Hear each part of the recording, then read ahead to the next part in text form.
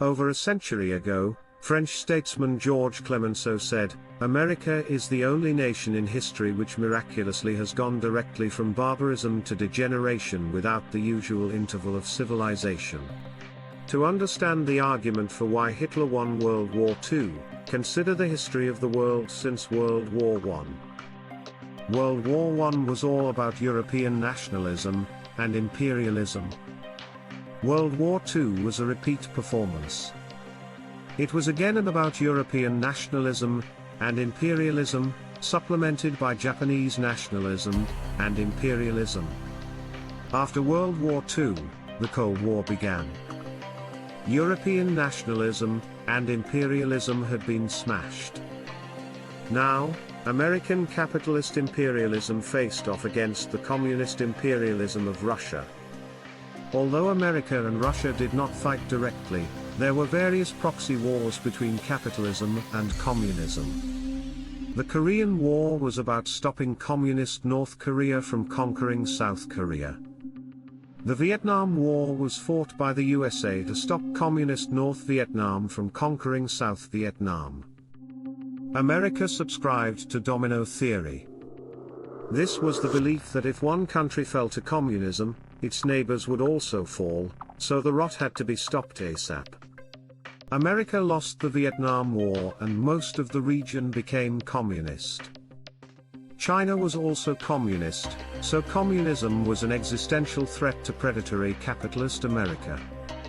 In 1991, communism in the Soviet Union became bankrupt and the Soviet Empire collapsed. The arms race had proved ruinously expensive.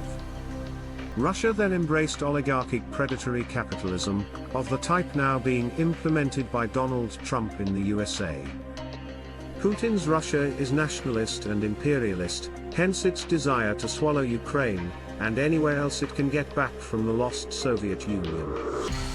China, although continuing to be run by the Communist Party, then embraced what we might call free market communism, or a socialist market economy, hence it looks very like a capitalist economy, although the state has the final say in everything.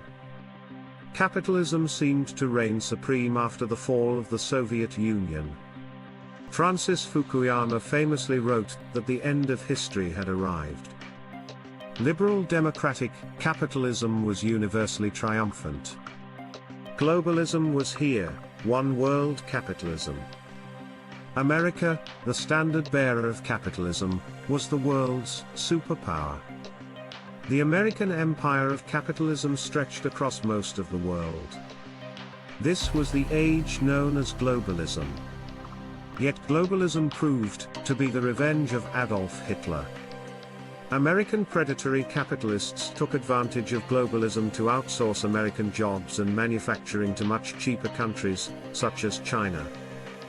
America in the last few decades, as a direct result of American-led globalism, has suffered a catastrophic drop in standard of living for the working class, while the super-rich elite have become so obscenely wealthy that they are now untouchable financial kings, ruling most of the world like kings of old. Then something astounding happened. Donald Trump, himself one of the predatory super-rich elite, decided to endorse American nationalism in order to become president. He opposed globalism and endorsed tariffs, in order to get jobs relocated back to the USA from wherever they had been outsourced to. Trump's primary henchman is the globalist Elon Musk, born in South Africa, and Trump is endorsed by other extreme globalists such as Jeff Bezos, head of the globalist predatory capitalist, tax-avoiding company Amazon, and Mark Zuckerberg, head of the globalist predatory capitalist, tax-avoiding company Meta. Trump masquerades as an American nationalist, while actually being hardwired to the American globalist elite. However, the key point is that Trump has uncorked the nationalist genie from the American bottle. America is no longer internationalist and globalist. It is now promoting America first, make America great again, American exceptionalism, America's manifest destiny, i.e., everything that comprises American nationalism. This is the exact same position as Adolf Hitler's.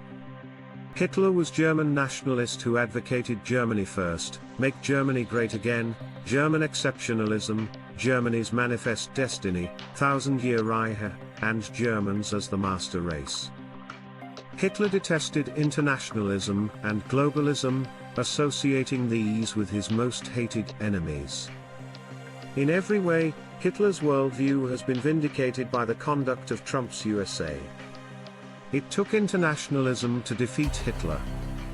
Now that international order has broken down and reverted to the nationalism that Hitler swore by.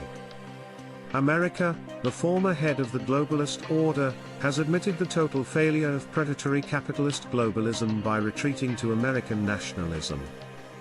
The globalist order will now collapse.